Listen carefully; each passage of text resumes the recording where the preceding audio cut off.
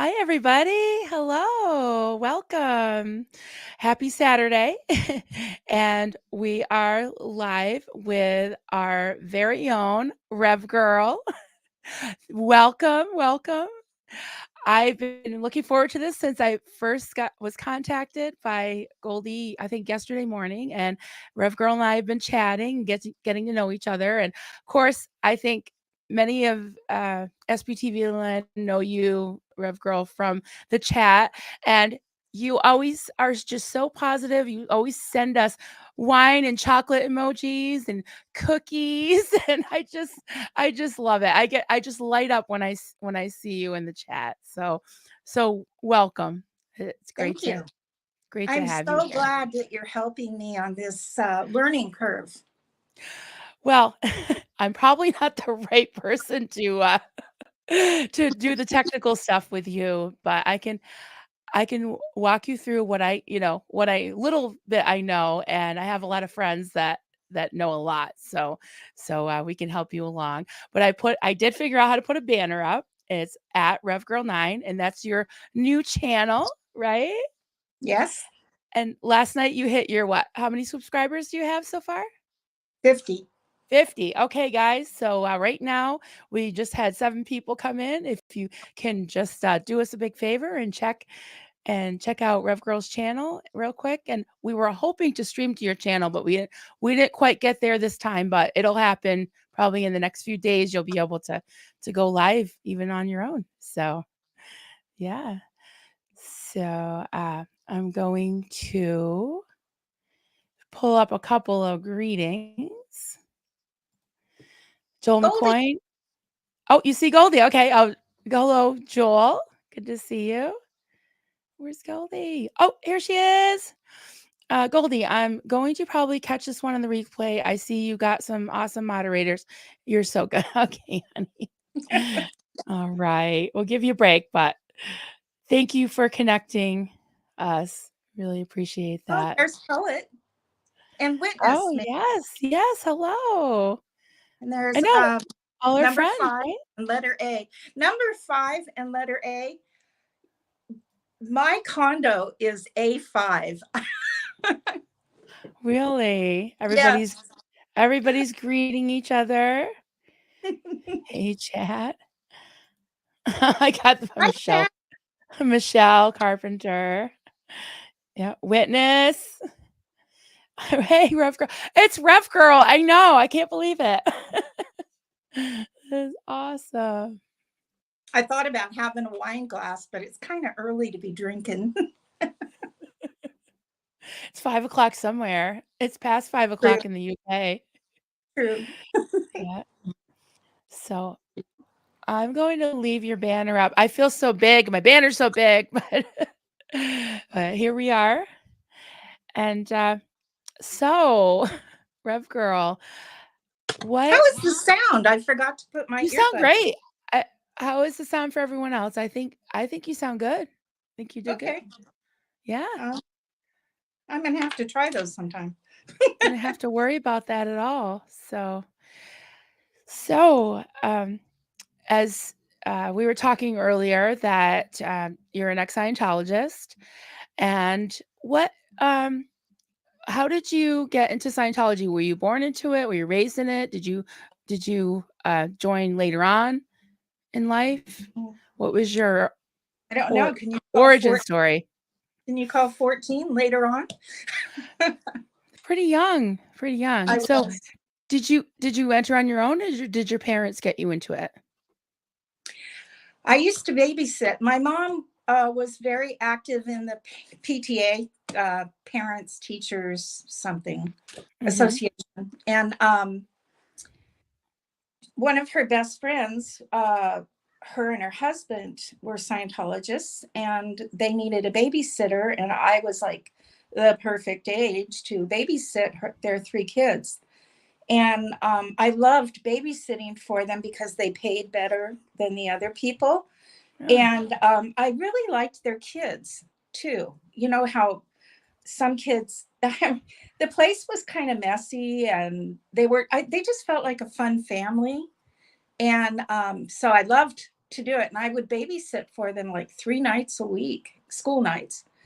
And they always came home the same time. And they always gave me a ride home afterwards, which, is important for a young girl like that. Oh, And yeah, absolutely.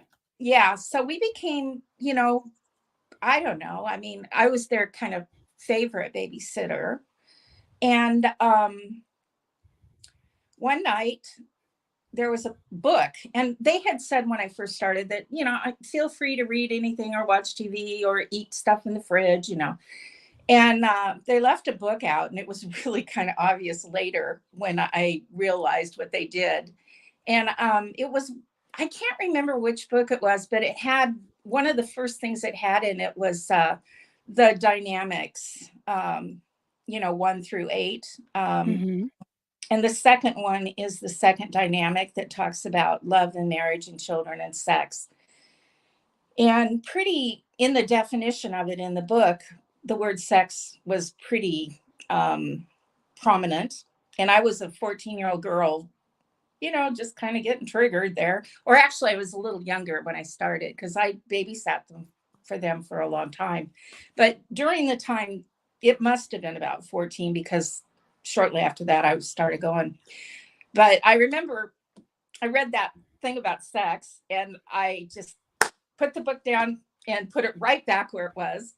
And then I was sitting there, and I kind of went,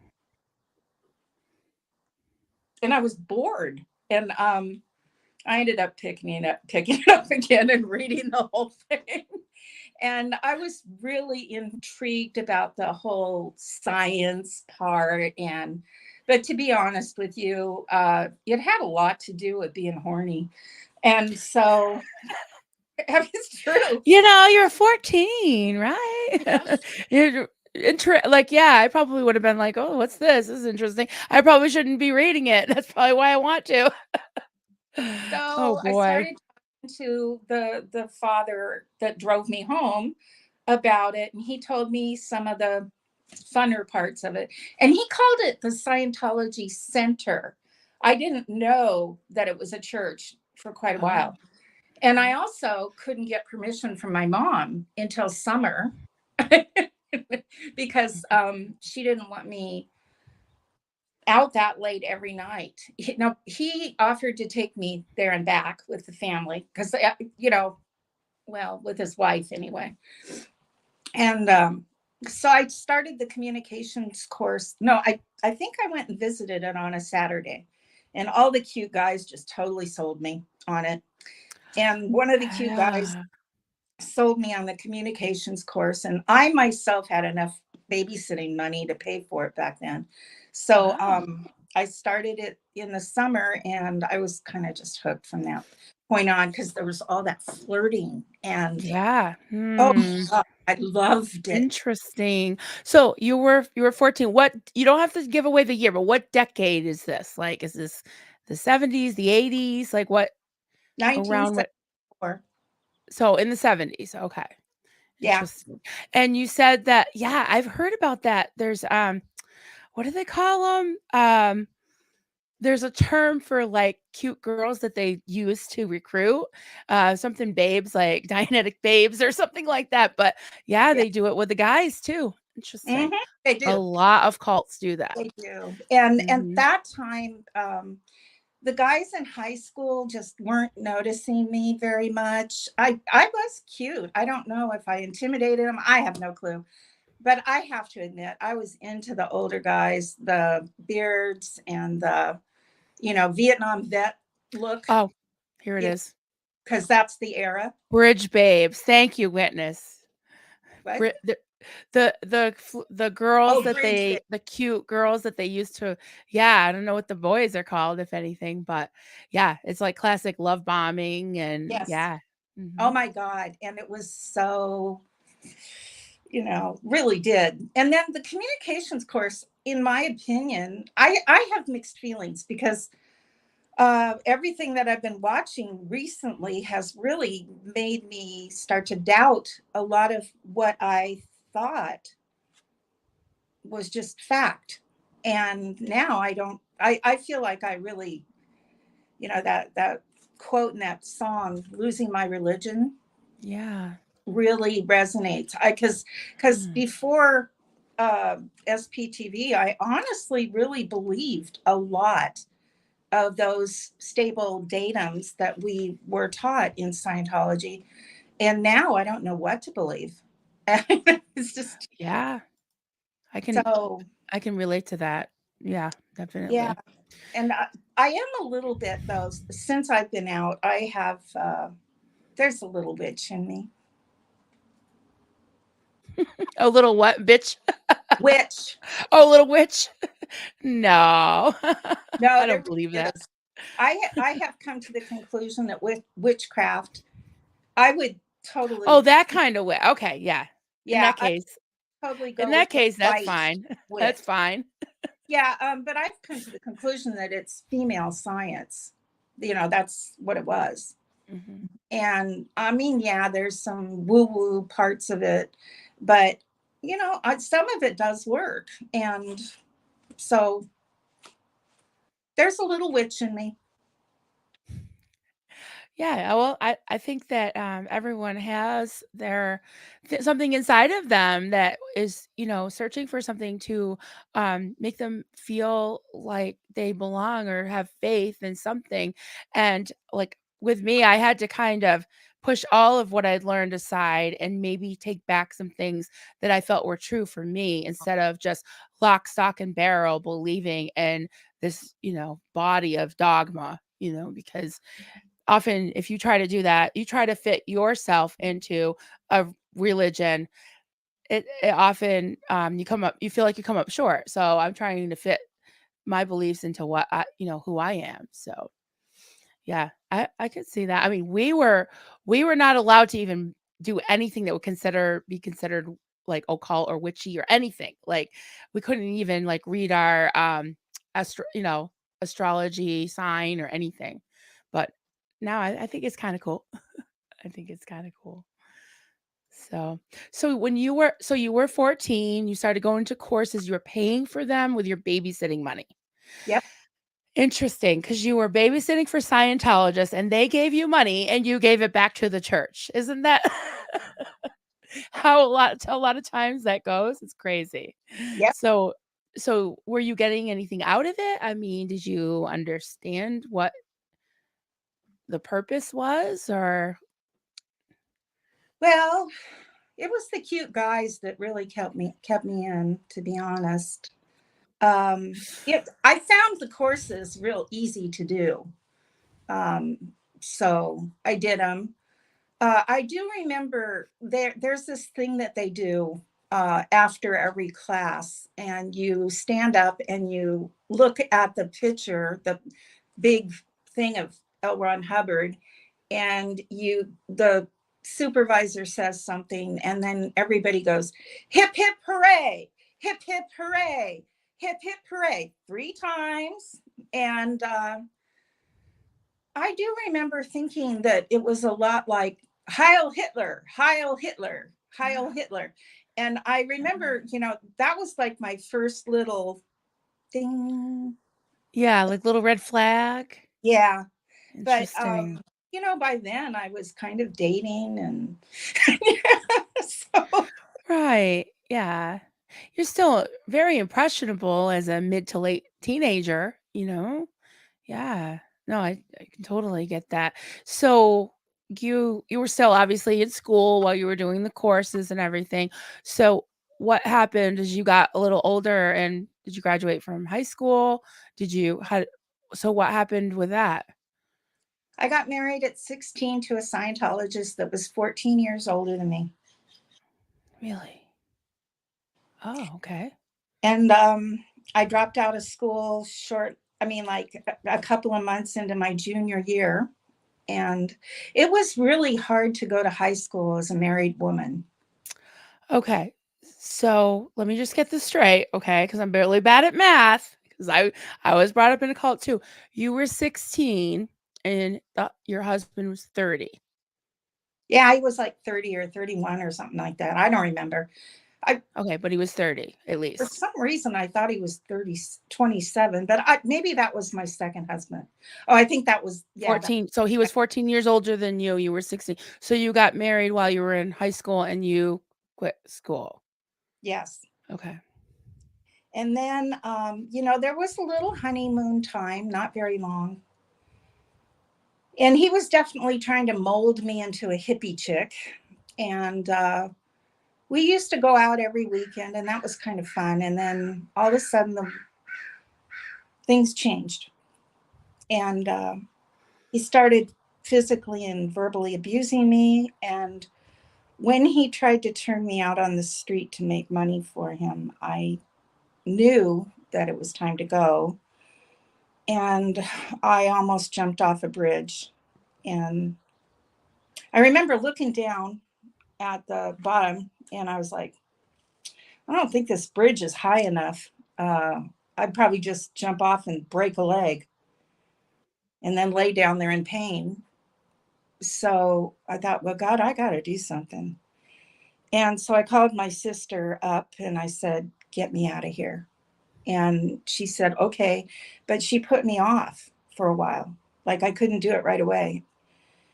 And then finally I told my then husband, and we had went down to the Scientology Center, and they recruited me for the Sea Org. And so I used the Sea Org to leave my first husband.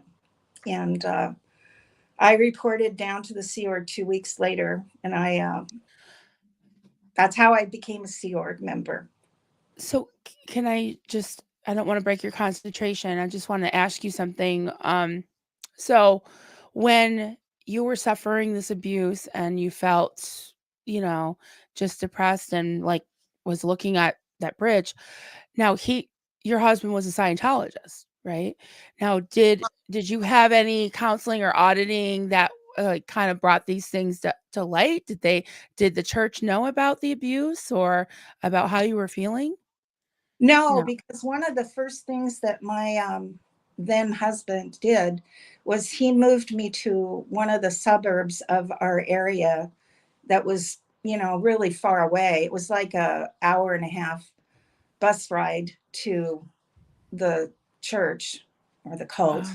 And Yeah. he also financially, he wouldn't let me have money. And so,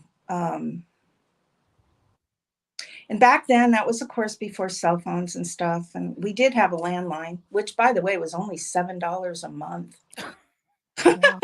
It was before the whole phone breakup thing.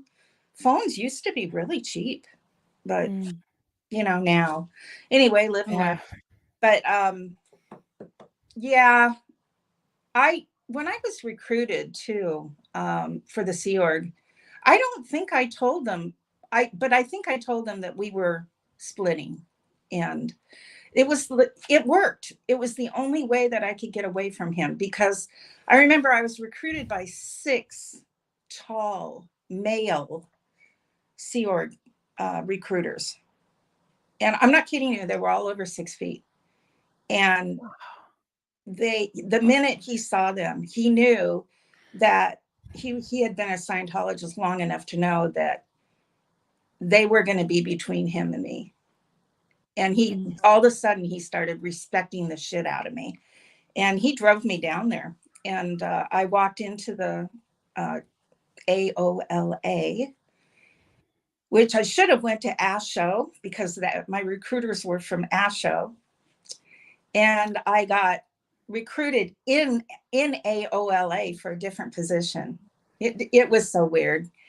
And So then what do those acronyms stand for? So just in there, case okay, anyone doesn't down know. in Los Angeles, that's where at the time you went for the upper levels. And ASHO was the training one, Okay. and AOLA is where you got your OT levels. And I didn't know, and I just walked into the wrong one. And so the people working there just kind of, they were all confused and they were in a tizzy. And then I got recruited for the Commodore's Messenger org. And Really? yeah, Now, did yeah, you have to go through that, EPF thing yeah, where you yeah. oh, okay, yep, yep. Yeah, and it took Oh, me a wow. little bit longer than other people, and that is a very icky story, to be honest with you. I mean, RP, I barely made it through EPF. I can't imagine RPF. Yeah, wow. So you went through EPF, you ended up in the Commodore Messenger org.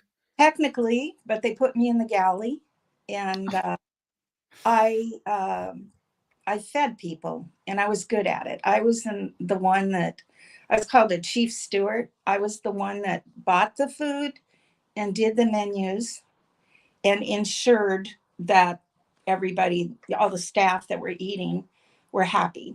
And the entire time I was chief steward, which was my whole Scientology gig time, or Sea Org gig time, uh, I was upstat. I did well at the job. And that's where I really learned how to cook. And how Uh, old were you? uh, 17 now? 16 by now, 17 maybe. 6 No, okay, 17. Yeah, 17 by now. 17. And then I And think you were I basically you were, like, running a cafeteria like, you were buying food and making menus and being yeah, you're I wow. was in charge. My juniors were the cook and the dishwasher. And so when they had So you like were a like a restaurant manager. yes, and like when they had a Wow, 16, yeah, it was 17. a cafeteria basically. And Yeah. so when the cook had a dental appointment, I had to cover. And so then I found myself cooking for, I think we had 125-ish staff that we Mhm, cooked for. And so I covered for him. I covered for the dishwasher when they couldn't show or slept in or whatever. mhm. And but most of the time I just, did the menu, did the shopping, ensured everything was okay, like the meat was taken out of the freezer and defrosted in time, that kind of stuff, Wow. and oversaw stuff. And then I was the face of the galley. So when a pregnant woman came and she needed to have whole milk because for the baby, which was a policy, by the way, um, I was the one that ensured she got that. And so I was kind of the main face of the galley. And I Nice. learned a lot. I mean, talk, and then same with EPF. When I blew from Scientology, my parents helped me, Good. and they got me a Greyhound ticket, and I left, and they were worried about how I was going to take care of myself, and I just told them, I'm going to go up there. You let me live with you for a little bit. I'll get a job. I'll pay you back. I'll pay for my own divorce. And I was absolutely positive that I could get a job, and I did. And I was still very young with no high school degree. I did later get my GED, and then I went to college and got a bachelor's degree. But, Nice. that's a long story. Yeah. Yeah, so, so when you were in this was considered the Sea Org, right? When you were doing this, so you were saying there was mothers with babies, I mean, were they in the Sea Org? So there Yes, was a mother so this where was like, before the this was policy where you before couldn't David Miscavige and all. L. Ron Hubbard was still in charge, and babies were allowed in the Sea Org. Of course, we had the childcare, that was icky. It was just kind of starting. And I do remember I didn't have children, but I had friends that did. And the daycare was filthy. They always put the youngest people in there that, the ones that didn't speak English, and just, it was awful.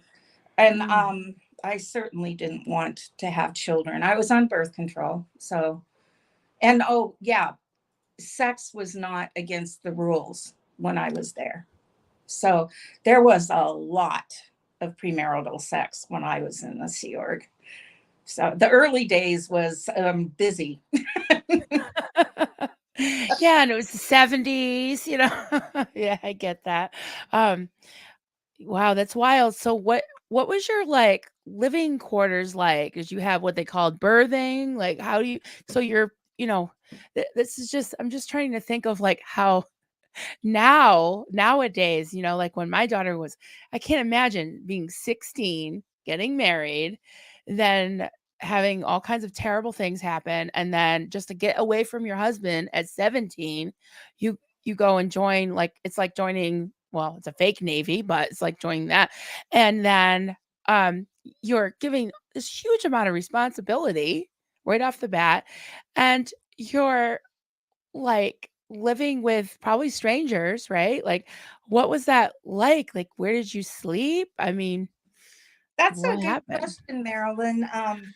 When I when I walked in the door there, one of the things that was causing confusion, the woman who later was my boss, and she was in charge of birthing. The Commodore's Messenger org was the part of the organization that spied on you know, they were they were the OSA back then.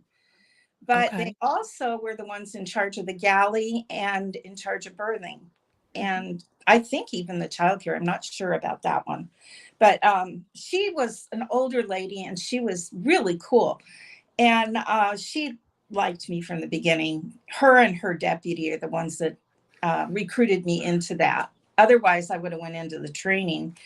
And I don't know, you know, either way, it didn't matter. But she liked me a lot, and she had an emergency going on in the galley. But the one of the first things that was causing confusion is there was no place to put me. And here I was in Los Angeles. I had no money, you know, and there's no way. I remember telling them, "Oh, I don't have any money for a hotel. You better find a place, even if it's the floor." And so what happened is a girl who had a boyfriend gave up her bed to let me sleep there. She went and slept with her boyfriend for a while. And the first couple of weeks, I stayed in her bed, and there were 5 other women, including in the bed next to me. These are all twin size, kind of really narrow beds, cots, kind of almost. The lady next to me was an older lady, and she was dying from cancer, and she would just lay in that bed and die. And she was pretty much ignored. People brought her food, which ended up being part of my job, was to make sure she got fed. But it was pretty organized. People did it. Nobody complained. But all she ever got were touch assists, and those were even rare. And so it Mm. was just sad. And then finally, when I started having my good statistics and everybody was happy with the way I was doing my job, which was after the EPF, I was assigned a different birthing, and I had to get a shuttle ride to it. And I had my own room, which was kind of cool. It was little, but I couldn't put a lock on the door. And I'd come back to my room at night and I could tell that people had been rifling through my room because everything was unlocked. The front Oh, door, yeah, everything. oh, I, I, I had a thing with pennies in it, and somebody kept emptying it out. mm. So that's where I was living the majority of the time that I was there. So your parents weren't, they weren't Scientologists. Were you able to keep in contact with them? What did they think about this whole Scientology thing? Like, what This was was their before role? the church started going through staff mail. And so I just mailed. You know, we just mailed back and forth. Once in a Mhm. while, there'd be a phone call. I never had anybody listen in, or nobody checked my letters or anything like that. And then much later, you know, because my marriage to that first husband was 9 months, and my time in the Sea Org was 9 months.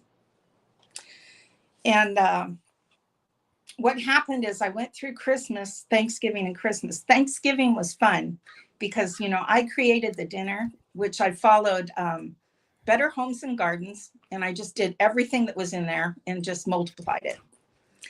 And people, I mean, they really liked it. And so I got a lot of kudos and, pat on the shoulders, which, was really kind of cool and empowering. And, but then Mm. Christmas, a lot of, almost all the staff left. And there was just a handful of staff left there to eat. And it was like the size of a family. I think I had like 8 people, and I had to do the cooking because even my cook and dishwasher left. Oh. And then after Christmas dinner, everybody just kind of went. Nobody wanted to hang out. I think that they were depressed. So I went back to my little room and cried. And Yeah. my mother actually sent me a lot of Christmas gifts, but she's never really done that kind of thing where you mail them, and they didn't come until after New Year's. Oh, I bummer. literally didn't get a Christmas gift, not one, and I was alone. And Yeah. and I, that's kind of where I was like going, this is not a lifestyle I want. Plus, I had been I missed cooking for one person. I missed I missed the good times when I had been married. And but I mostly my Sea Org experiences were good for the most part. But So you were in for how long in the actual Sea Org and the Commoner's Messenger? How long did that last? I know I was in the Sea Org 9 months. I Okay. can't remember how long I was in the EPF, so I can't tell you exactly how long I was in charge of the galley. But Mhm. I was in charge for, that's what I did.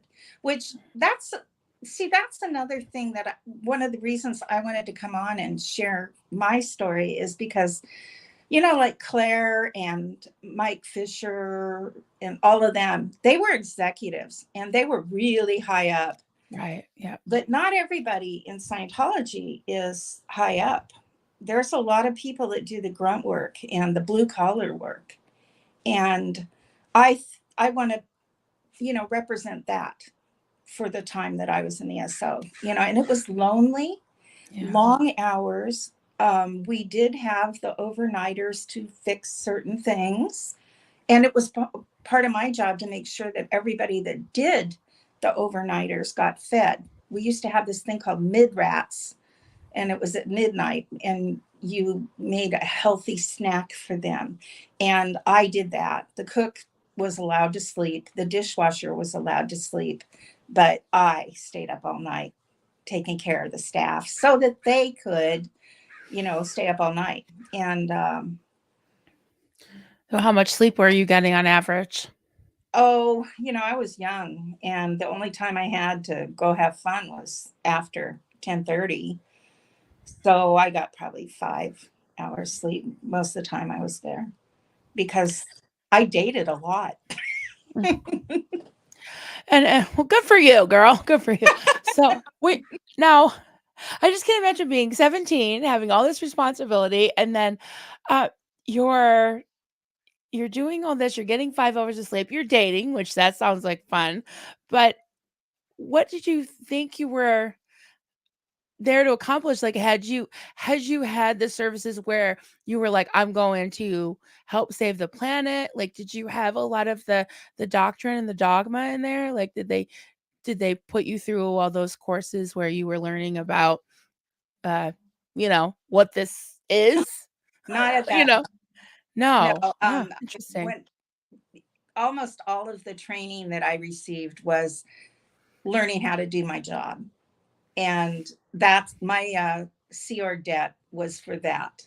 Mhm. And that's another thing. Back then, prices were a lot less, and it was still high for the time for people like me. That's why you join staff, because you can't afford them. Right. But yeah, my job was to, ensure that the staff were healthy enough to save the planet. And so, and that's one of the reasons that I give wine and chocolate and fruit and popcorn Oh. is because I take care of people. That's Aw, what I do. I love that. Scientology, before you can go to training or get an auditing session, there's this thing called rudiments. It's kind of like Maslow hierarchy of needs. Your Thank you, rudiments Michelle. are supposed to be in, and that means that you're well fed and you're supposed to be well rested before you go. And Right. then you can have all of your attention on your what you're doing. And so I took it to heart that I was making the staff able to do what their jobs were. Yeah. Yeah, it sounds like you were really sincere and you wanted to help. I mean, I feel like maybe it's a good thing that you didn't have to listen get, all that auditing and all the steps of, the bridge stuff and all that, because maybe it would be harder to later on, deprogram from, but you Did did that end up going on course. You ended up going on course, right? Well, maybe I'm getting ahead of us here, but you were in the first 9 months and then you had to route. Did you have to route out? Did you get like a freeloader debt bill or anything like that? Yes, to Okay. that. Oh, you did. I didn't route out because I watched other people that tried that. And I remember the person, the father of the family that I babysat, I called him and talked to him a little bit about it. And one of the things he said is it's easier to ask forgiveness than Then permission. permission. I And heard that. I didn't want to route out because then I would have had to probably go to the RPF, and I absolutely did not want to go to the RPF. And I'd already done some conditions. Everybody does when they're in Scientology, and I knew what the lower conditions made you do, and I didn't want to do that. I was going to have to anyway, but I would rather do them in the outside world than in the inside world. And Right. so I when my parents came down to visit me, and my dad was really concerned about my divorce. And so we're sitting at a restaurant, which, by the way, nobody went with me to make sure that they didn't start doing that until David Miscavige. So Right. So I guess what we call now you blew, but you left and you didn't route out. So you sort of blew. Now, I how, blew like, with my parents' help. My okay. dad offered to pay for my divorce, which was really sweet. But I remember sitting there and I went, no, Dad, what I really could use is buy me a Greyhound bus ticket, and I'll come home in 2 weeks. Let me stay with you for just a little while I get a job, and I'll pay for my own divorce. And my parents were so happy. I bet. Yeah. And I told them we had to be really quiet, not say anything. And they got me the ticket. And I, okay, so Mark Headley's book, when he talks about blowing, and some of the others, how they're looking behind their back. That was when I went to the Greyhound. I got up early Saturday morning, which was like we had laundry time in the beginning of the morning. Mhm. And I was saving up, which, by the way, I was only getting $10 a week back then. Right. Not 50. Right. Yeah. I remember when I first heard him talking about 50, my mouth dropped. But yeah, And anyway, even I that got up. is nothing. Yeah. Right. I put everything I owned in a backpack, which I didn't have much there. And I went, it looked like I was going to go do my laundry at a laundromat. And I went to the Greyhound station instead. And I was looking behind me the whole time. It wasn't until I crossed the Oregon border that I relaxed. And then Yeah. it took me less than 3 months to borrow money. I had a job immediately. And I borrowed money to pay off my freeloader debt. And then I bought some training and became a counselor auditor in the Church of Scientology. And then after I became a counselor, I took the minister's course and became a minister. Mm. So, whoa, so back it up a little bit. So you blew from the Sea Org, but they still let you go back. You had to pay back your quote debt, and then when they weren't paying you and all the work you did and no sleep, and then you started going on courses, and then you became a minister. So I think you were the first minister that I've met of ex Scientologists. So can you tell us a little bit about that? Like, what's the process? What do you do? What is it? Well, you have to be a counselor, number one, and you have to take a course. And it isn't a very long course, to be honest. And I think it only cost me $35 back then. And Really interesting.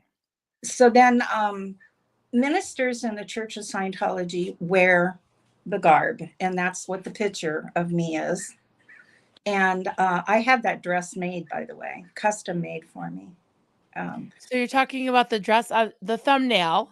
You Yes, were really cute. You still are, yeah, but you were very cute. I could see what you were saying about all the all the boys and stuff that were flirting with you. But yeah, it has the white collar with the yeah, black dress and the Scientology cross. It looks like a cross. You look like a Catholic girl or something. You look like a yeah. Yeah. yeah. Wow. And the reason that I chose the name Rev Girl is because everybody in Scientology totally accepted me as a reverend. But Wow. I had to take the bus and go to and from, and strangers would ask me about the way I was dressed. And when I told them that I was a minister of the Church of Scientology, they would it would blow their mind because they could tell that I was super young. And I remember old ladies arguing with me about, well, ministers have to go to college for like 8 years. And I would smile and say, well, it's a little different in Wait, Scientology. so up until then, what courses had you had besides the minister's course?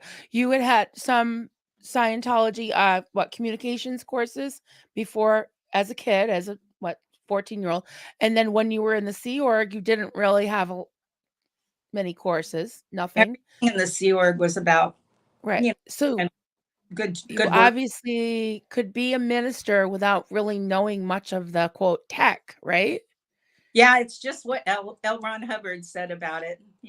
But I Interesting. did have to become a counselor. And back then, the bridge was a little bit different because apparently David Miscavige channels with L. Ron Hubbard and is allowed to change things, which isn't the way I was taught. But Yeah, yeah, right. he's horrible. He's absolutely horrible. He's a devil. And that's what my shorts show on my station, my channel. Yes. But Right. So, yeah, we've got make sure I have your oh, here we go. You can click on that in the link in the chat and double check that you were hit subscribe button on both channels. We got Rev Girl.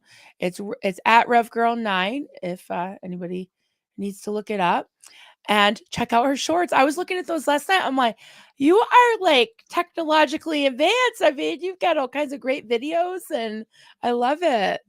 I love your it's shorts. like making a collage in Yeah. video, and I love doing it.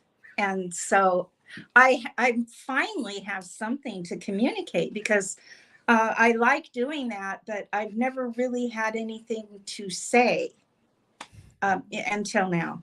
So Gina Marie Torino, good to see you, Rev Girl. You're getting so much love in the chat. I don't want to interrupt your story. You just have such a good flow going and it's just so interesting. But I just want you to know everyone is supporting you. You're loved.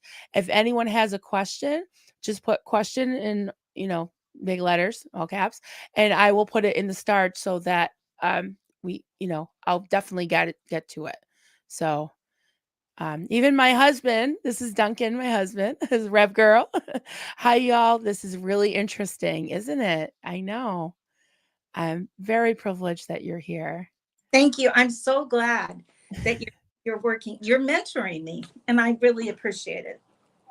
Yeah, you're lovely to spend time with, and I'm just so glad to meet you, instead of just in the chat. This is great.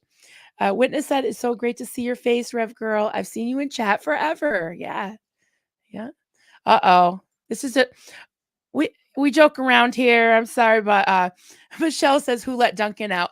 There's all these like silly side, side jokes going on. There inside always inside is. jokes. And Yeah. that's one of the reasons I love to chat in these. Well, Poe on the go likes to tease me, right? And he's got all kinds of nicknames for me. And now he's made this hashtag, "Where's Duncan?" Because he said, "Oh, I abuse my, poor Duncan. I won't let him out of the house, blah, blah, blah, blah." And so they're just joking about how he's got to, I have to provide proof of life.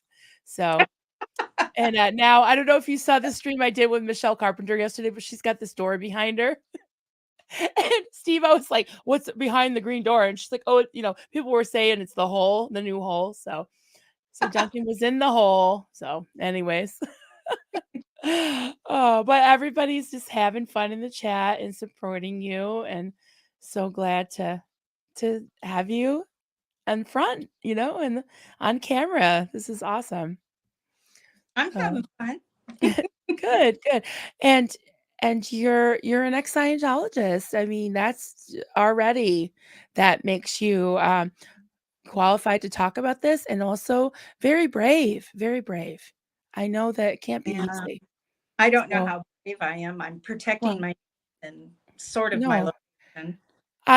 No, and I appreciate. I think it is courageous, and already you've been through a lot as a kid, even, and I just, it makes me like mad that these religions, cults that are abusive will prey upon younger kids and young adults that are looking for purpose and some direction. So it's good to expose it. Yes, and they aren't the only ones, too. A lot of cults, ML, what is it? MLMs and Multi-level marketing, yeah. yeah, a lot of Yep. cults, churches, and MLMs and some like training things prey on the youth and Self-help, yeah. uh, Yep. so it's sad and it's mean. Yeah. Yeah, it is. It's cruelty. It's just, I mean, even how they treated you, like throwing you into all this responsibility, not letting you get enough sleep, and you were just trying to help people and do the right thing. Yes, in So, fact, before I ever got into Scientology, you know how you take tests in school for what yeah. you're good at? Yeah. Yeah, one, believe it or not, minister came up and Really counselor came up. Yeah. interesting. So yeah, that's definitely, always felt like that's what I was put here for. And then after I left Scientology completely and I went back to college, I became a counselor, social services, similar to what Vanessa does. Oh, And right, like a peer I, support well, person? yeah, I did more residential, but Oh, right. I had several jobs because the economy was shitty the whole time I worked. And then I ended up being a substitute teacher toward the end of my career. Hmm. So what was the responsibilities that you had as a minister? Is that what your title was? Because Scientology is big on titles, right? So what was your title when you became a minister, and what was your job? Like what was it like? Reverend, and Okay. my and I was registered with the state of Oregon, and I did Oh, marriages, I did funerals, and I did baby welcomings. I also did Sunday services at the local organization for a while. I really enjoyed being a minister. Sometimes I helped. I My goal was to become what they call a field auditor or a field counselor. And that's somebody who gets trained up in the church. And instead of working in the church, you work, you get an office of your own, or you work out of your house. I always worked out of my house. And you take care of people. And it's supposed to be a place where we get new people in, and then we Right. get them to the church. It's a feeder kind of thing. So is that like field staff manager or member where you're like recruiting people and then you get a certain cut, you get like 10% or is it that You kind of thing? could, like, Okay. if I did sold a bunch of books to them, I could get a little percentage back. Mhm. But I never did that. I never followed up on any of that because that's not what I was doing it for. And this is kind of where things broke off, because I always felt like, number one, everybody in the field was supposed to charge the same amount as the church. Nobody was supposed to undercut. Mm. And the prices, even though back then they're considered cheap compared to now, it was still like $500 for a 12 and a half hour, what they called intensive of counseling. And that's a lot of money for blue collar people. And Yeah. Yeah. I never sold that for that. What I did basically was I bartered, which technically I don't think was legal, but I don't think they really asked. And Interesting. yeah, and I got to see, I got accused of being a squirrel, but I found that, kind of like when I blew, I remembered, it's better to ask for forgiveness than, permission. So I would, there were people that the church just kind of threw away, and I would take them on and I would help them. And uh, it was good work. I did good work. One thing, if you go into something with a good heart, you can do good work. And I did. Right. And Yeah. I used some of the Scientology training, but I also just used being a good friend and listening Right. and challenging some of their fixed beliefs. And so I just really didn't talk about what I was earning. And a lot of times, I mean, it was like, I'd get food from them, or they would give me a service that they were doing. And I just didn't. And there were a few people in the church that suspected that I was undercutting, but even back then, I was really good at redirecting and using my sexuality to glaze over it, you know. Mhm. So that's what I did. So just to back up, I just want to kind of get the whole picture of what the progression was. So after you left the Sea Org at by then you were what, 18, right? So you didn't route out, you technically blew. Your parents paid for you to go back to their house. You worked, paid for your divorce, right? That happened, your marriage had happened when you were 16, abused and all that. And so there's a lot of people coming in. So I just wanted to kind of recap where we're at right now. And then you you stayed in Scientology because I was a true believer. all right, that's what I was wondering. So even though your parents weren't Scientologists, so you went back and you were working so you could pay for more courses, and then you became a reverend. And you were doing now, how old were you when you were ordained, technically, right?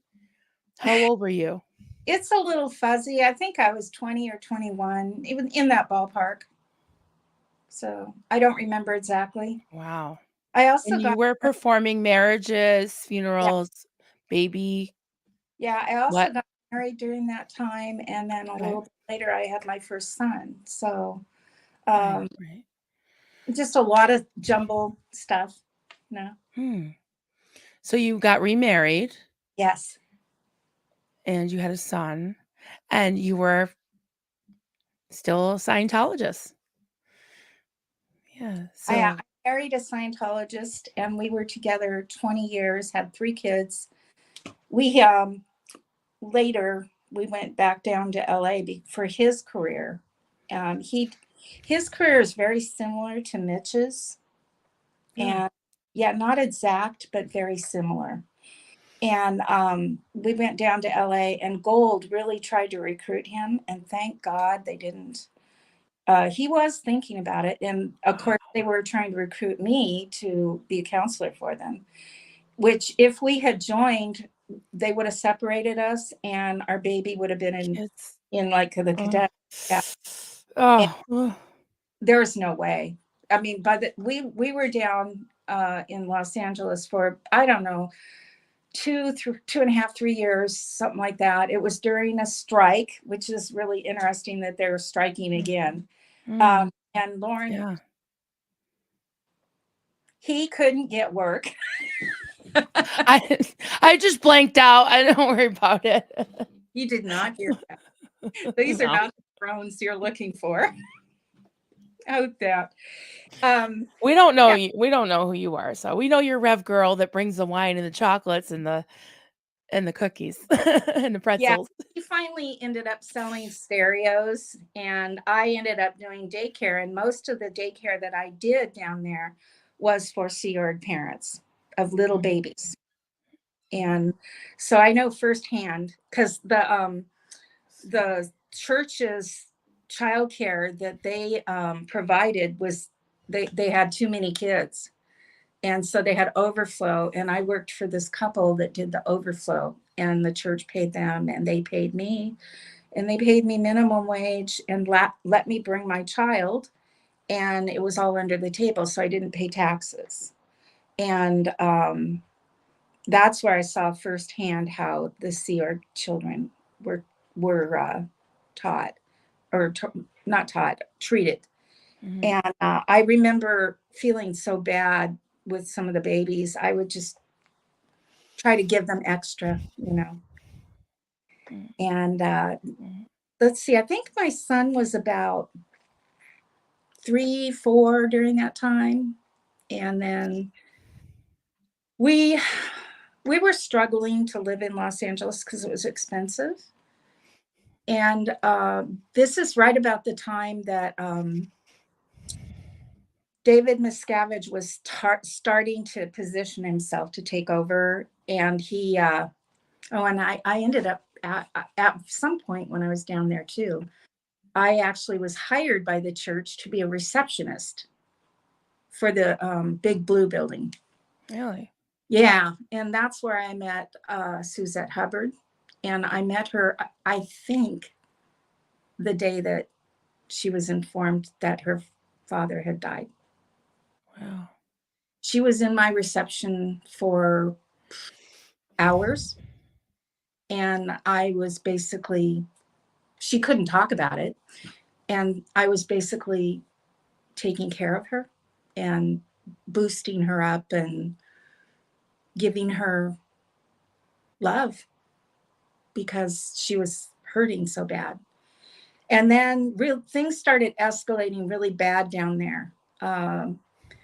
And what really pushed us out was my ex-husband was going to one of those feeder things where they worked with artists, and some of the people there were starting to wake up to what was going on, and with David Miscavige and stuff. And then I was connected to the field auditors in the Los Angeles area. And we got a mandatory, they called in all field auditors, and we had to go. And then, so we showed up, and there was like 500 of us, and they locked the door on us. And they had the Sea Org members standing in front of the door and all around, even the windows, you couldn't get out. And they told us that from now on, we had to, absolutely, it was mandatory that we pay 10% of all our earnings before taxes to the Church of Scientology. And if we didn't, they would take away all of our certifications, and they would declare us. And 500 people basically we just said hell no. And Oh, we busted the door down, and we were out in the street, the wow. one called L. Ron Hubbard Hubbard Boulevard. Way, or yeah, Boulevard. Yeah, and Interesting. we were all talking about it and what we were going to do, and it was called one of the first mass exodus because we all left. Wow. And but the thing is, I had left, but I didn't know. I hadn't talked to my husband about it, and he, because of his artist resources, was kind of going through the same thing. And when we finally got enough guts up to talk to each other, we both realized that we wanted to leave at the same time.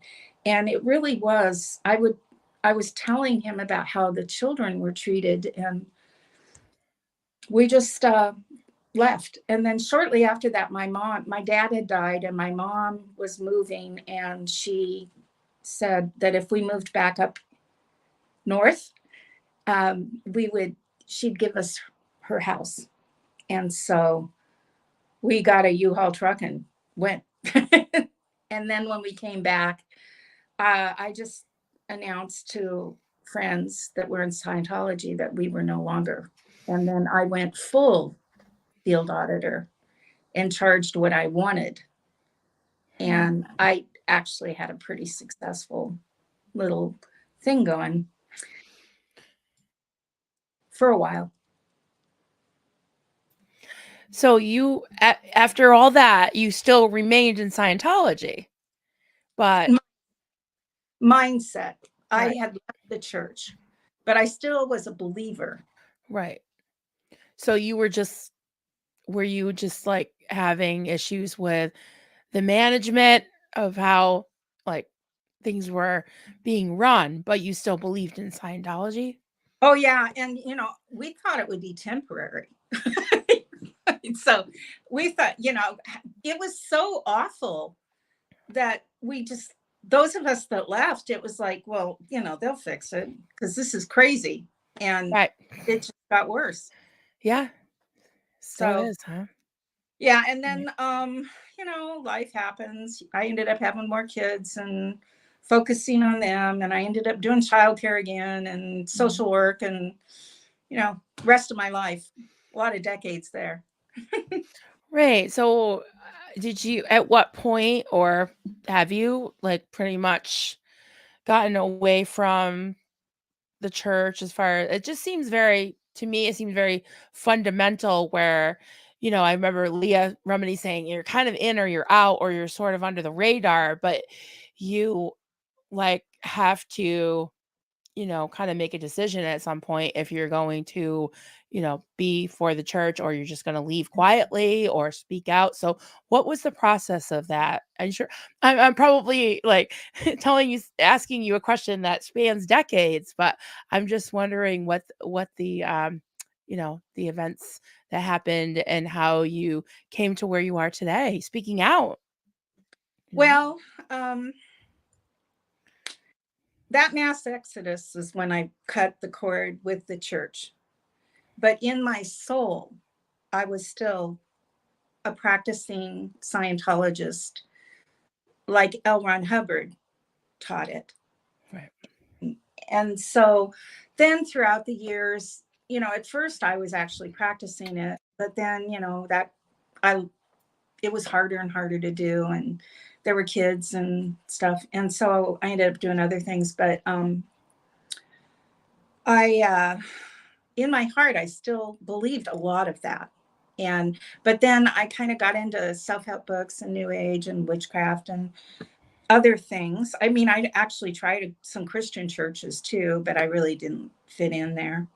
And but I was very involved in Boy Scouts, and so that was kind of, I had boys to raise. right, And right. then uh, it wasn't until I caught Ivan's. He was I first, Ian, Ian, Ian, yeah. and then that led to Aaron, of course, Mhm. and then that led to the other ones, and including you. And they started making me really question things, like the Really? brainwashing aspects of the training drills. And I seeing it from their viewpoint really opened my eyes, you Wow. know, how their take on it was. I was appalled when I realized that adult men were auditing little girls and doing sex checks and asking them about sex questions when they were extremely young. And I had just never thought of it, you know, Right. how weird that is and how icky, you know. And so they started really opening my eyes. And I see a counselor, by the way, just a regular counselor. And I had to talk to them because I really was starting to lose a lot of my foundational beliefs because of this. And it kind of put me a little bit in a crisis. I mean, I used to be absolutely positive that we had past lives and future lives. I was absolutely positive. Mm-hmm. And now I don't know for sure. I hope we do. I hope that there's more than just this one life, because I want a refund if it was just this one life. I know, Yeah. really. But you could look at it as you did spend a lot of time in Scientology that we probably wish you could get back, but it sounds like, and I know it doesn't even sound like it. It is true that you did help people by being you. I mean, you you made sure people were fed. You're still you're sending us wine and chocolates through the chat emojis. I can tell you're a lovely person and you take care of people. And I'm sure there's probably people that are still in that benefited from your care. So, and you made sure people had lovely weddings and funerals and baby uh Well, christenings and welcoming, okay?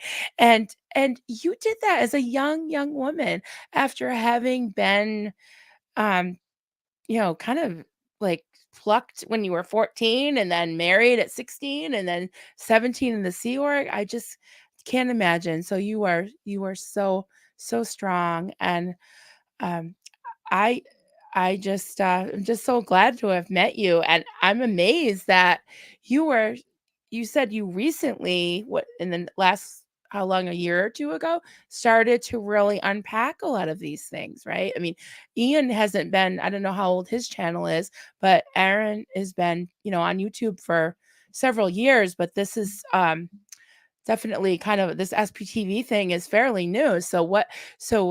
How did you happen upon we're talking about Ian Rafalco, right? yes. Yeah. What's his name? Dr. Berg's son. Yeah.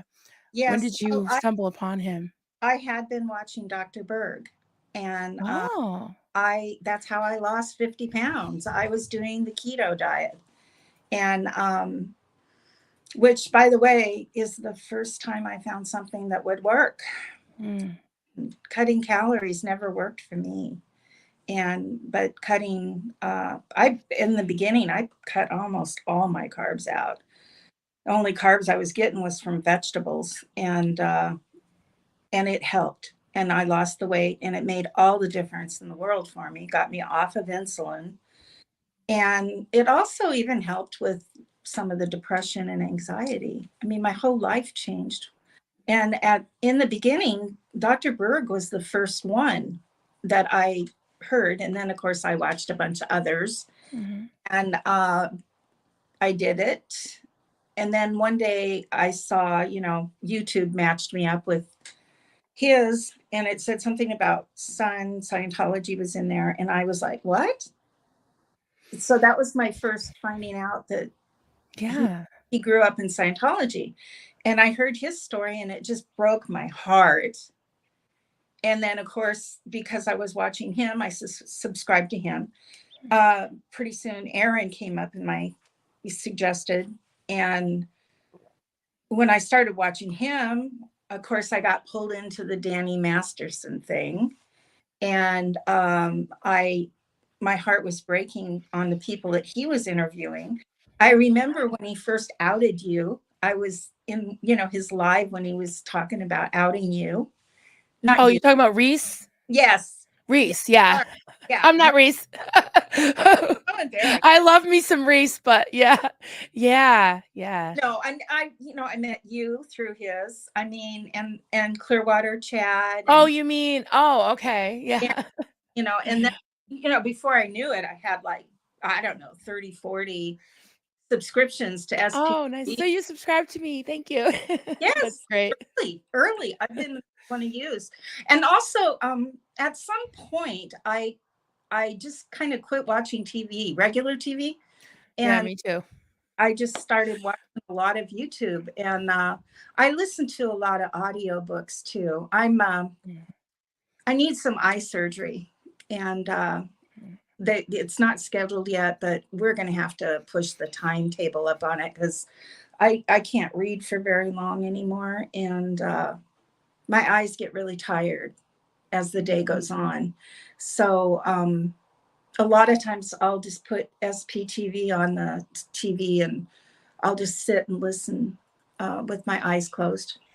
So Nice.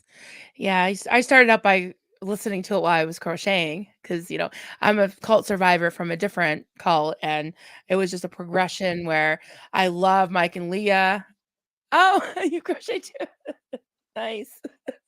I knew we were kindred spirits. That's great. That's great. But yeah, it was just kind of a progression, but you you've been pretty much it's fairly new that you started really kind of um de like un, I'm deconstructing the whole Scientology thing. yes. Interesting. That's great. And so does Aaron and Ian like know this? You gotta write them an email.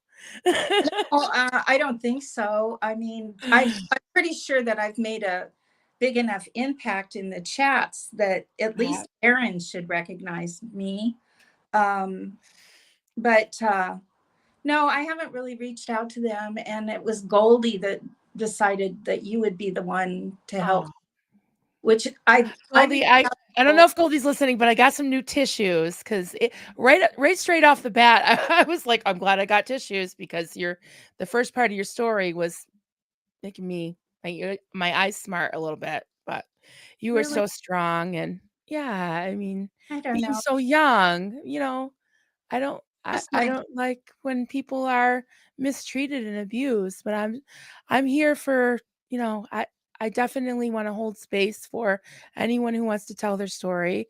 And if a small, more intimate setting like this is works better at first, I'm totally here for it. And I can relate to things, and I can also just be here as a listening ear. And you have so much support in the chat. I know there's going to be a lot of replays, and please, everyone, if you can put in your little YouTube search at Rev Girl 9, or we've got the links in the chat.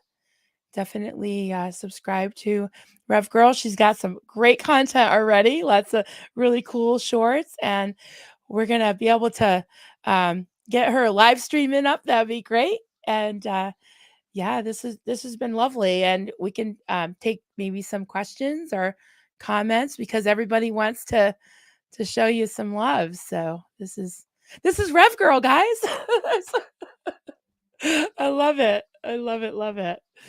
Um, Natalie Grant said, "Hello, great to hear Rev Girl's story. Gonna have to do the replay crew. I have to watch the South Africa versus Ireland game, World Cup rugby." Okay. Thank you, Natalie, for stopping in. Yeah, And if you could, SPTV is very addicting. And I mean, like yesterday, I think I watched pretty much all day. But yeah, it's it's it's where my interest is right now. yeah, that's great that you're taking it in, but also processing it for yourself, and then helping, giving it back to others as far as like what you're getting out of it. You made a channel. That's awesome. And you are a rare, like you said earlier, there's a lot of voices out there that are former Sea Org that were executives, but there's a few like Catherine Olson. Have you heard her story? She was in the galley um oh I can't remember what orgs that she started out in, but she ended up in Columbus, Ohio, I believe.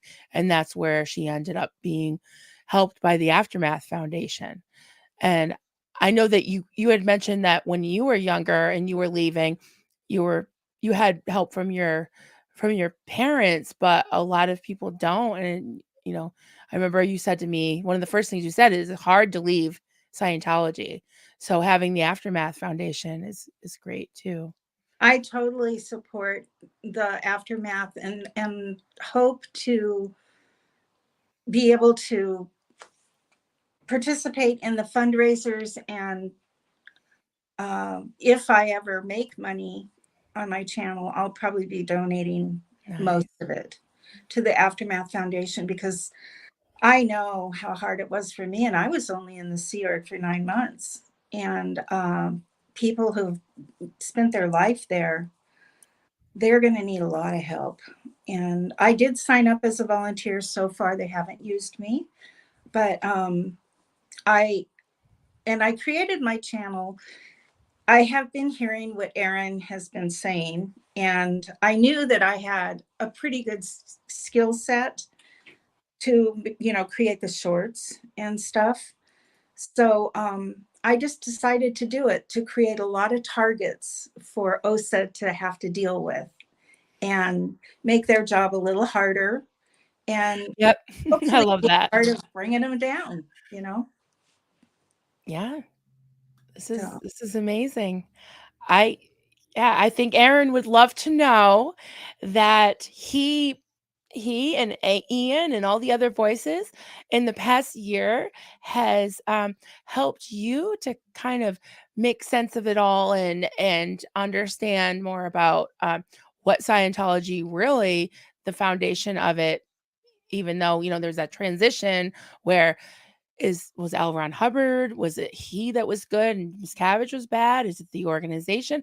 I mean, the fact that you were able to listen and kind of put aside all the things you had been taught and biases and really think for yourself, and also just to listen to the stories and you feel for the children and this in the cadet orgs and all that. I think it's great that people are learning, ex-Scientologists especially, are learning the facts and being able to make their own decisions. So, and now you have a channel and you want to be one of those voices speaking out. I just think that's what it's all about. It's just amazing. Just amazing. yes, and I also would I want to represent the time period that I was in too. Mhm. And I, Yeah. I think it'll help some of the second generation kids to understand why their parents were attracted to it if they Mhm. hear more of what I experienced. Because Yeah. the time period that I grew up, I was just a little young for the commune hippie thing, but I wanted to do it. But I also Hmm. was kind of a Star Trekky, and that was attractive. And Yeah. so when the Sea Org had kind of a military feel, there was that. It just hit a lot of the things that were attractive to me at the Appealed time. to you. Right. Yeah. It wasn't Interesting. just cute boy. It Although I have to admit, cute boys were a lot of it. But but it was cute boys in uniform. And Right. they were my spot. They Yeah. were, and they were tall and handsome in uniform. And uh, the Sea Org, I got to wear a uniform. It felt, even, and then when I was a minister, I was proud to be a minister at the time, and I did believe in what L. Ron Hubbard said, and I overlooked some of the things that obviously were wrong. And Mhm. I feel like when L. Ron Hubbard was in charge, it was more relaxed, easier. When David took over, it just got crazy. That man Right. is sick. Sick. Yeah. Yeah, Sick and twisted. I know. really is. Absolutely. Mm. And I can't, the more I learn about him, the more I just detest him. Yeah. I know Aaron said the other day, it's like this whole SPTV thing for him is just making, he wants to make sure that he's making David Miscavige's life miserable. So and Yeah. also helping people. But I love what you said about being able to relate to the parent the second gen, we call them second gens, right? That were born in Scientology, but their parents had joined. And if I were them, I would have been like, why are they in some cases, why are they still there? Oh my God. But I think that it's awesome that you can represent that generation and say, yeah, I understand the appeal, and I thought I was doing the right thing, and giving up, in their cases, their children for a greater cause. They're made to think that that's noble and that's a good thing, and it's just, you know, it's sad, the families that have been broken up, and I'm glad that Yeah. were able to see it, get your first son out, and then you had your children kind of later on where they weren't affected so much by that, right? So then Yeah. none of your kids became Scientologists. No, in No. fact, my oldest one is the only one that had any exposure to it at all. And it was minimal for him. I will say that he did become an atheist. And I remember being kind of shocked by that. But the more we talk, the more I become an atheist. So it's just, I Yeah, isn't also, that the way? It's funny. My kid, the same with my youngest, my baby. He came to me, and I was brought up really, strict, like evangelical. And one day he's just like, "Mom, hope you don't mind, but I think I might become an atheist." And I was like, "Well, you know what? I don't know if it makes me an agnostic, but all I know is that I don't really know, you know?" I can really relate because I don't really know. One of the things that we were asked a lot when I was a Scientologist is a lot of people would go, "Do you believe in God? Do Scientologists believe in God?" And we really didn't believe in their God. We believed in a universal thing, that was more powerful than we were.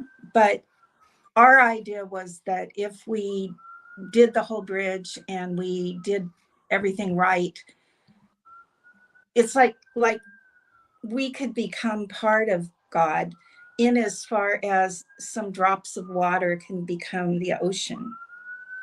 Right. Interesting. That is still kind of the way I think about it. But I don't know. Like you were saying, I don't know anymore. But I never believed in the patriarchal God, the man with the white beard and all that. Mhm. Uh, Jesus, I thought was kind of a cool dude, and Yeah, Jesus is pretty cool. he's exactly my type. I like tall men with beards. What can I say? I love that. Love that. Which, Yeah. by the way, my former husband did look like Jesus. He was constantly being told that. So, So I'm just gonna run through some more comments if you don't mind. I know we're going on an hour and 25 minutes, so don't want to keep you all day, but you're just getting a lot of love and a lot of comments. So I wanted to give you enough time to tell your story through, and then let people kind of interact. Yeah, they love that. Michelle Carpenter, hey Michelle. Ooh, my great uncle passed. He passed now. Was a Scientology minister in the 70s. I've been wondering what that entailed. So you explained that really well. So me too. I didn't really understand that they actually had reverends, and I think it's something that they came up with kind of like to make at first, right? To make them look like an actual religion. yes, And so you were in kind of the ground floor of that, right? I mean, yes. yeah, wow, that's wild.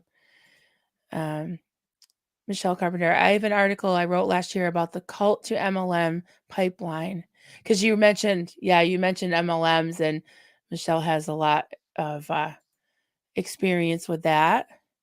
There's a link for that. And Joel McCoy, our friend, you're going to see a lot of familiar names here. Joel McCoy, this is a very unique stream, a different perspective than we've gotten. I'm so very proud of Rev Girl. She's a great person, strong, beautiful, and has a real glow. Couldn't have said it any better. Thank you. Yeah.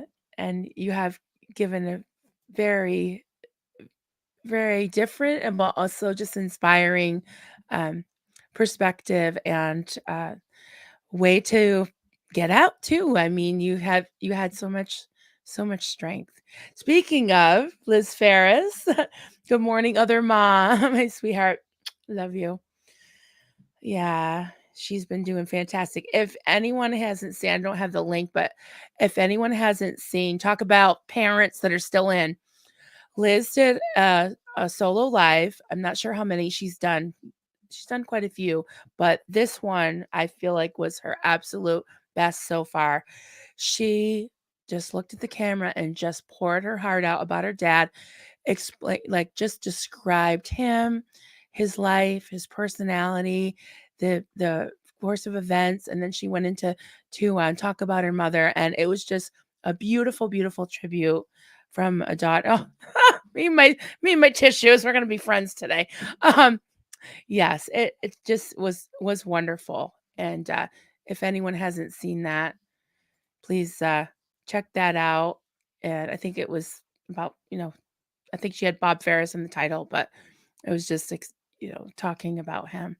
And she's at 799 subs, and I left your handle right up here the whole time, Rev Girls. So everyone check out Rev Girls channel, like and subscribe, check out her shorts. So Feels weird saying check out my shorts. check out your shorts. You have a great sense of humor, so we love that around here. Check out, okay. Yeah, but how else can I say it? Because if I say view your shorts, or watch your shorts. Yeah, it feels a little weird.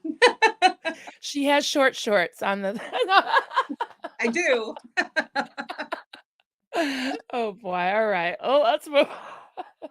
It feels like a "that's what she said" joke, Witness. I love how honest Rev Girl is being. She's so interesting. I know. You're like a hidden gem we found. Not so hidden now. No, no. This is an amazing interview. It really is. Thank you. Really, really is. You've you definitely needed to make a channel. I'm just so excited. This is amazing. Duncan Honig said there has to be more to this life. I think he was commenting about just we talk about it all the time. That's my husband. We talk about it all the time. It's like there's got to be something else out there. I mean, I do believe in something, but I just don't know. Maybe that makes me an agnostic. I really do kind of hope that there are future lives and past lives. It may not, but you know that ocean analogy? Yeah, I like that. Yeah. Possibly when you get reborn, you're different water drops. And I think, but I don't know. Right. I just know that I love life. I love being a mother. I love people. And I want to have more. That's, I don't want this to end. I hope that we are eternal beings, but I don't know how that looks like. And I Right. certainly can't make a religion and, make my own cult. So I just guess I have to live and learn. Yeah. Absolutely. I think that living in the day, if you're always looking towards like this pie in the sky thing, like what about now? What Yeah. about your family? What about today? Being in the moment. I'd hate to get the end of my life like completely not enjoying life at all. And that's kind of how it was in my call. It was like always sacrifice, just don't have any thought to your own self or family or anything, and just always look to that. Then you get to the end of life. What if this was it and you wasted, you wasted Yeah. time, you wasted your devotion and your love on something that turned out to not be true when you had family and friends and people that needed you and animals to adopt, damn it, Yeah. and everything else, and crocheting to do and having fun and going to the beach and everything. Yeah. Yeah. Yeah. And I, for me, it's the redwoods. God, I love the redwoods Oh, and the forest. And I just, when I go, every time I go there, I just feel like I'm coming home, and I identify with the trees, So mhm. um, I hope there's more, but I don't know. And we'll see. That's all. I guess that's part of the draw to life. You don't know. I don't know what Cool. tomorrow's going to be. That's right. We don't know. Goldie said, "This has been fun. Thank you, Goldie, for connecting us. Thank you Yes. so much. It's just been wonderful." Yeah. Yeah. So I have a couple other things I want to pop up. Together we are powerful. And a couple of Discord server. Yeah.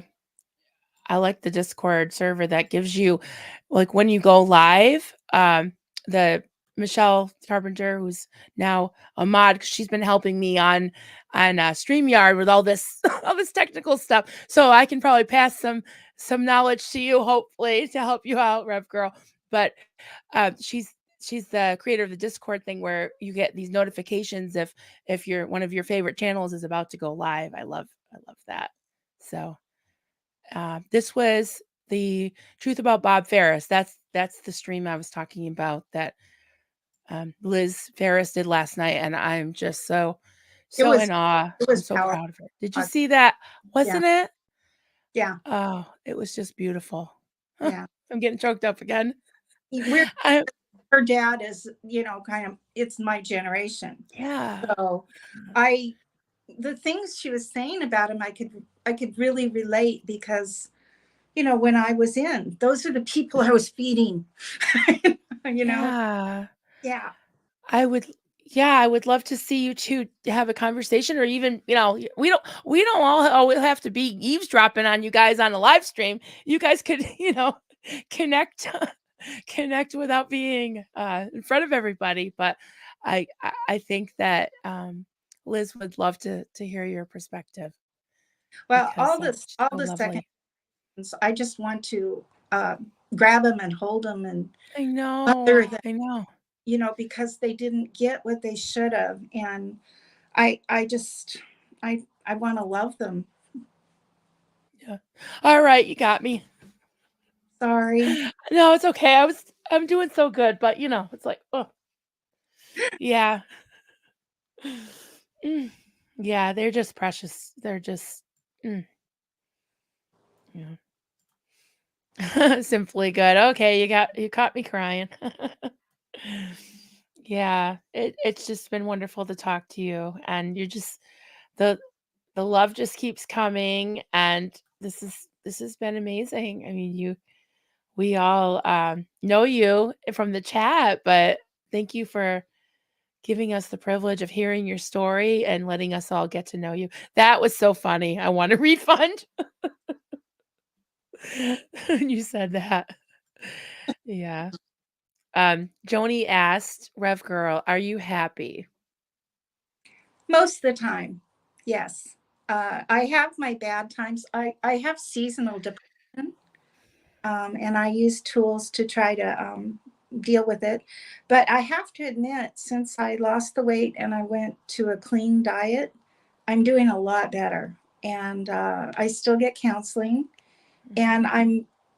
I'm going to meet with a peer support for the first time very soon. So next Oh, Friday. nice.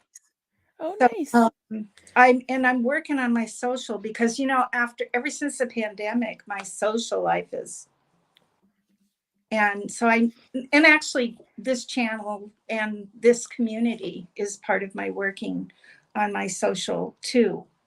So So Uh, you don't have to answer this, but speaking of social life, uh, question, Rev Girl, are you married now? I hope you are happy. You deserve it.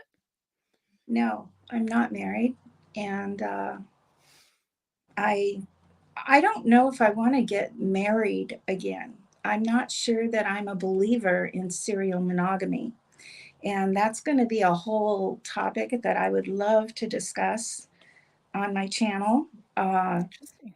I don't quite, I don't like the way that serial monogamy is enacted in the United States. I think that got to be a kinder way for people to engage in tenderness. And I refuse to be in another bad relationship. No, can understand that. Absolutely. Yeah. Well, good for you. Good for So you. And you seem really happy. So, I'm single and I'm not even seeing anyone right now. So, but I'm not opposed to dating. I just am not. well, thank you for being candid. You didn't have to answer that, but I just wanted to pop it up because it said question.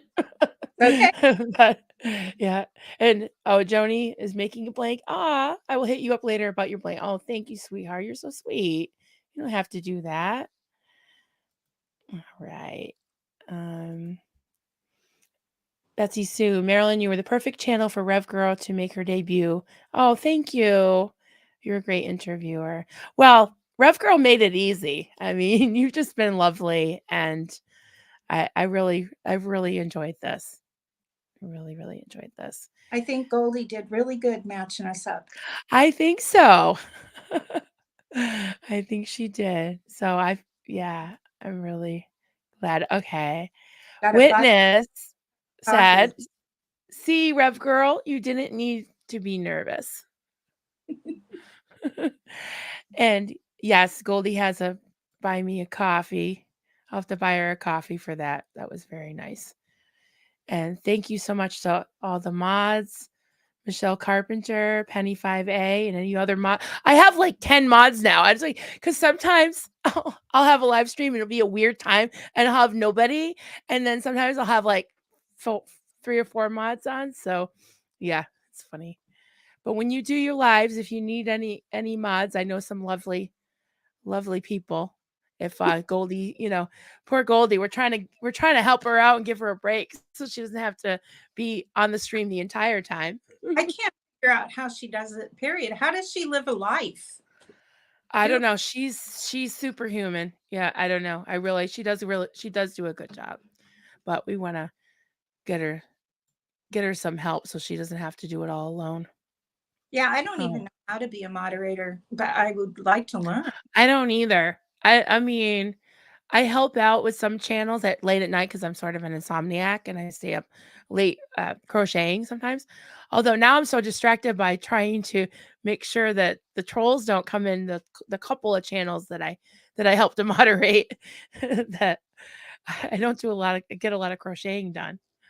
Yeah, I try to help in the chat. Like, I don't know if you've noticed, but a lot of times people will ask questions. Never ends will ask questions, and whoever's doing the stream, they don't have time to answer them. Right. And so I try to answer them in the chat as best I can. Yeah. And some days I do better, and sometimes my eyes hurt and my typing skills go out the window, and Right. the autocorrect does weird things to my words, and so I don't know how good I would be as a moderator. I do.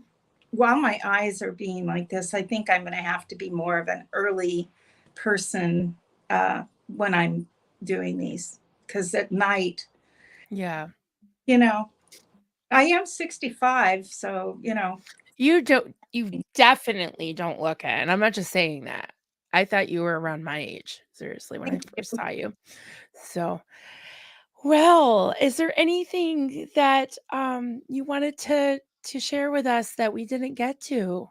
what's it called that one gal says, the Linda moment or Linda Lou moment or whatever. Listen, Linda. Listen, Linda. Yeah. Listen, Linda. Okay, you can do that. Is that terrible that we're copying? Um, No. love her channel, and I swear to God, I Please. Yeah. came to my door when my daughter was a teenager, and I really do, because she looks so familiar, and she has such a lovely personality. But I'm really glad that her cult experiences didn't keep her down. Mhm. And if I have anything to say, it's don't let anything keep you down. You can always recover. Absolutely. Absolutely. That's beautiful. That's and it's so true. It is. I think that humans are resilient and yeah, you just have to tune into that inner child and that fire inside of you that wants to express your true self. So, Yep. wow. Thank you so much. This has been amazing.